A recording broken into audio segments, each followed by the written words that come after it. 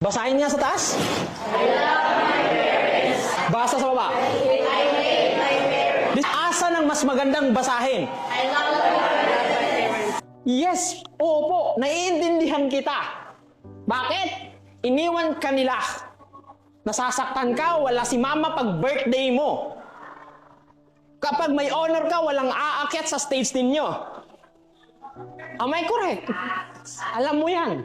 Na pag pumunta dito at may kailangan na sa paralan, wala si mama mo. Pero hiling ko lang sa inyo, kung yung nanay ninyo umalis para sa inyo, nagre-rebelde kayo, at sabihin nyo pa sila, I hate my parents. Ang tanong ko, totoo ba talaga na masama ang parents ninyo?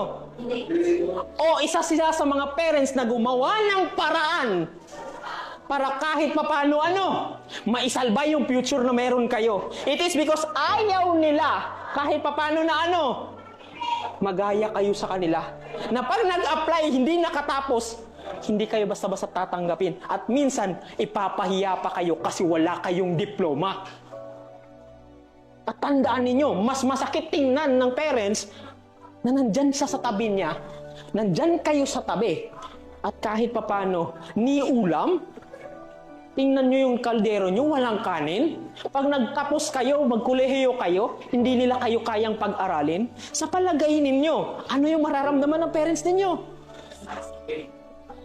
Sobrang sakit. Hindi ko sinasabi na hindi kayo nasasaktan. Valid yung rason mo. Valid yung rason mo na I hate my parents kasi iniwan nila kami. Pero sigurado ba kayo?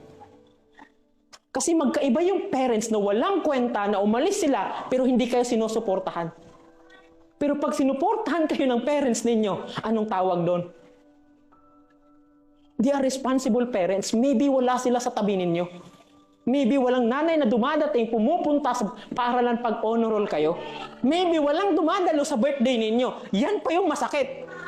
Sir, hindi ko kasi sila nakakasama sa birthday. Pero yung perang pinanghanda ng birthday, kanino? Hindi ko siya kasama sa birthday. Hindi ko siya kasama sa graduation. Pero may handa sa graduation day. May handa sa birthday. Samantalang yung perang hinanda na ginamit sa handa, kanino galing?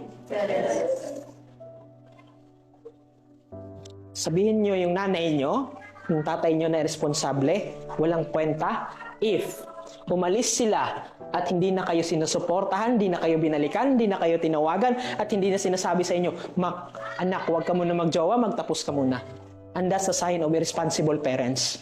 But if your parents, lumabas sila para makapagtapos kayo, makapag-aral kayo, masuportahan kayo, tandaan ninyo, they are responsible. It's just what?